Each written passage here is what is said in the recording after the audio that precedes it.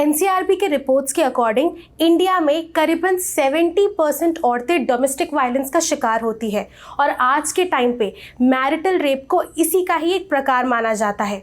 औरतों और world bank data के हिसाब से 100 से ज़्यादा कंट्रीज़ ने मैरिटल रेप को एक क्राइम डिक्लेयर कर दिया है, लेकिन इंडिया उन 36 कंट्रीज़ में से आता है जिसने अभी तक मैरिटल रेप को क्रिमिनलाइज नहीं किया है। किन्हीं रीजंस के चलते।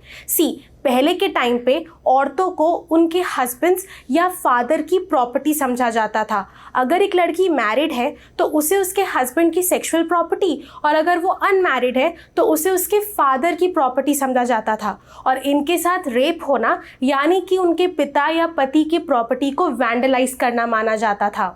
To criminalize marital rape. Chhattisgarh High Court order that stated sexual act with wife is not rape even if it is forced.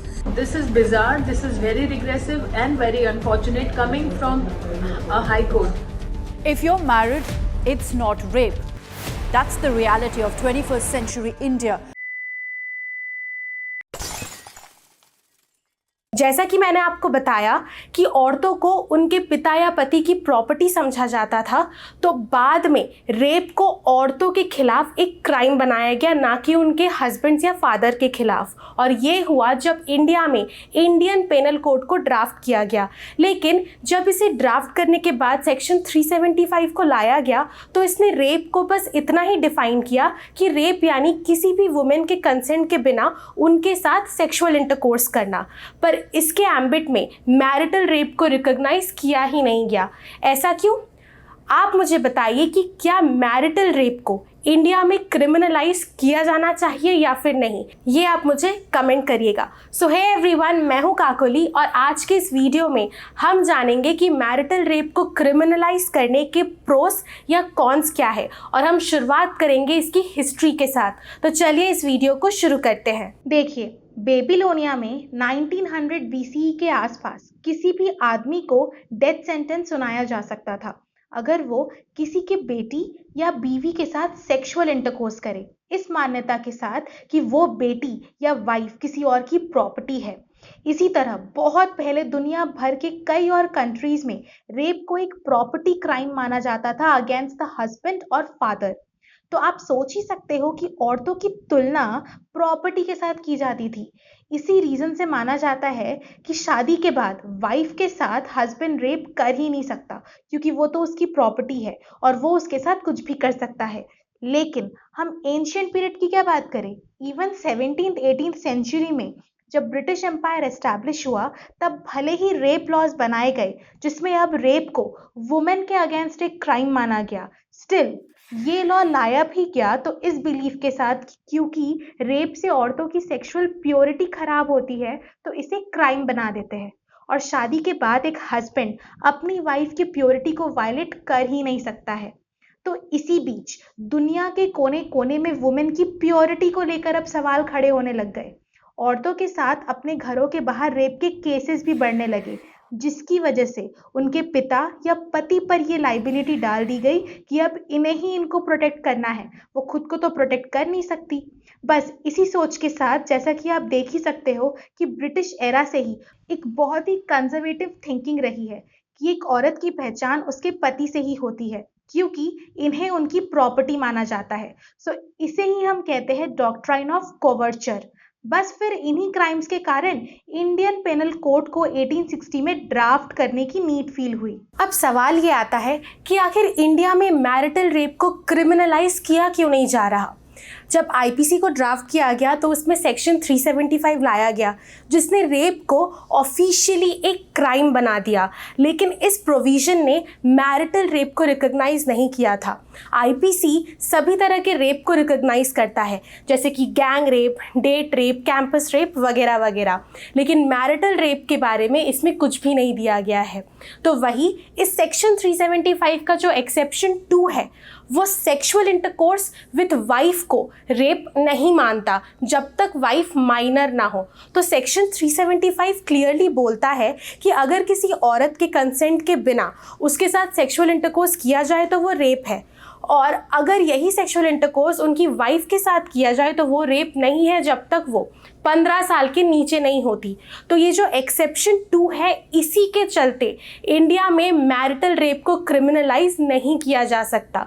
India में मैरिटल रेप को क्रिमिनलाइज करना यानी कि इस एक्सेप्शन 2 का हटना होगा। तो जब तक ये एक्सेप्शन नहीं हटाया जाएगा तब तक मैरिटल रेप क्रिमिनलाइज नहीं हो सकता। नेक्स्ट अब देख लेते हैं मैरिटल रेप को क्रिमिनलाइज करने के प्रोस को। पहला, ये एक्सेप्शन 2 जो है ये आर्टिकल 14 को वायलेट करता है क्योंकि ये मैरिड और अनमैरिड वुमेन के बीच में फर्क करता। नेक्स्ट, पॉक्सो और जुवेनाइल जस्टिस एक्ट जैसे लेजिस्लेशंस जहां 18 के नीचे के लोगों को चाइल्ड मानता है, तो वही आईपीसी में ये एक्सेप्शन 2 सिर्फ 15 साल के नीचे की लड़कियों के साथ किए गए रेप को ही क्राइम मानता था। क्या आपको पता है कि 2013 क्रिमिनल लॉ अमेंडमेंट के बाद अब सेक्शन 375 के डेफिनेशन में सेक्सुअल इंटरकोर्स के लिए कंसेंट देने की एज 18 साल हो गई है, पर एक्सेप्शन 2 में दिए गए एज का क्या? अब अगर हम बैरक देखें तो एक्सेप्शन 2 में वाइफ की एज तो अभी तक 15 ही है। नेक्स्ट, सेक्शन 498A की जहां तक बात करें तो इस लॉ के होने के बावजूद भी क्रुएल्टी के केसेस में कुछ खास कमी दिखाई नहीं दी है। इनफैक्ट ये मैरिटल रेप को क्राइम बनाने पे स्पेसिफिकली फोकस भी नहीं करता है, उन सभी बाकी क्राइम्स की तरह जो स्पेसिफिकली आईपीसी में डिफाइंड है। अगला, मैरिटल रेप को क्रिमिनलाइज ना करना औरतों की राइट टू ऑटोनॉमी आर्टिकल 21 को भी वायलेट करेगा। अब देख लेते हैं मैरिटल रेप को क्रिमिनलाइज करने के कॉन्स को। First of all, sexual intercourse बिना एक अनमैरिड वुमेन के कंसेंट से is rape, but married women के केस में इसे इम्प्लाइड माना जाता है, तो सेक्सुअल इंटरकोर्स बाय हस्बैंड को इम्यूनाइज कर दिया गया है।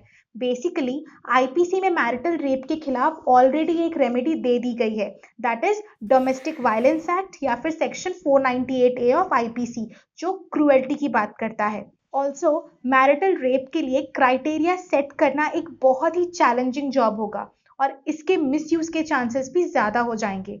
अगला, मैरिटल रेप सेक्शन 375 के पर्पस को डिफीट कर देगा। तीसरा, इसके साथ ही इस लॉ की वजह से मैन के साथ हैरासमेंट के केसेस बढ़ जाएंगे। इसके बाद समय समय पर इंडिया के रेप लॉज में अमेंडमेंट लाया गया है, जैसे कि 1983 में, 2002 में, 2013 में और 2018 में। 2013 में अमेंडमेंट लाया गया निर्भया रेप केस के बाद। इस अमेंडमेंट के थ्रू एक प्रोविजन ऐड कर दिया गया कि अब से किसी भी मेल ऑर्गन या फिर किसी ऑब्जेक्ट का पेनिट्रेशन एक वुमेन की बॉडी में भी रेप कहलाएगा।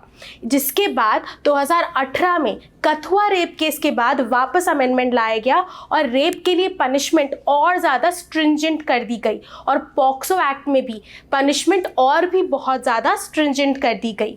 तो उसी समय जब निर्भया रेप केस हुआ था तब जस्टिस वर्मा कमेटी ने ये रेकमेंड किया था कि मैरिटल रेप को भी हम क्रिमिनलाइज कर देते हैं, लेकिन पार्लियामेंट की स्टैंडिंग कमेटी ने इसके रिप्लाई में ये कहा कि ऐसा करने से इंडिया की फैमिली सिस्टम स्ट्रेस में आ जाएगी और इंडिया में एनार्की डेवलप हो जाएगा। तो बेसिकली इंडियन सोसाइटी में ये स्टीरियोटाइप रह गया कि औरतों के खिलाफ सेक्सुअल वायलेंस सिर्फ घर के बाहर ही हो सकता है, उसके हस्बैंड उनके साथ ऐसा कुछ नहीं कर सकते। नजर डालते हैं मैरिटल रेप से जुड़े कुछ बहुत इंपॉर्टेंट केसेस पर। पहला, साक्षी वर्सेस यूनियन ऑफ इंडिया। ये 2004 का केस है जिसमें एक एनजीओ ने कहा था कि जब एक हस्बैंड अपने वाइफ को फिजिकली प्रताड़ित करता है तो इसे हम एक पनिशेबल ऑफेंस मानते हैं। तो वही किसी हस्बैंड का अपने वाइफ के साथ बिना उसके कंसेंट के सेक्सुअल इंटरकोर्स करना, ये भी तो पनिशेबल ऑफेंस होना चाहिए कि नहीं? पर इस केस में सुप्रीम कोर्ट ने रेप के एग्जिस्टिंग डेफिनेशन को अपहेल्ड किया, जिसमें मैरिटल रेप की तो कोई बात ही नहीं की गई है और इसे ऑल्टर करने से भी मना कर दिया। फिर आया independent thought versus union of India and another का केस जो 2017 में आया था, जिसमें एक child rights organisation independent thought ने जनहित में एक रिट पिटिशन फाइल की थी सेक्शन 375 के इस एक्सेप्शन 2 को चैलेंज करते हुए।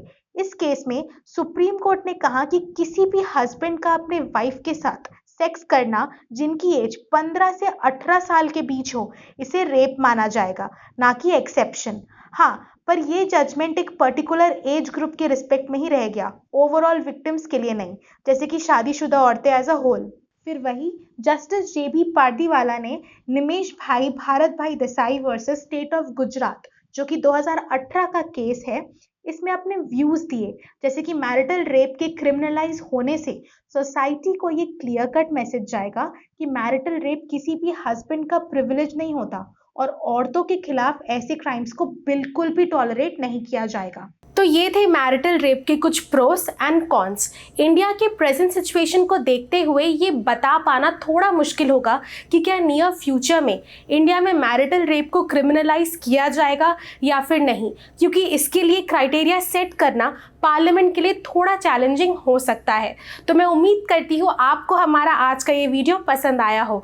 ऐसे ही और भी अपडेट्स पाते रहने के लिए हमारे चैनल को सब्सक्राइब करना मत भूलिएगा। और अगर आपको IPC में इंटरेस्ट है तो आप हमारे इस कोर्स को एनरोल करना मत भूलिएगा।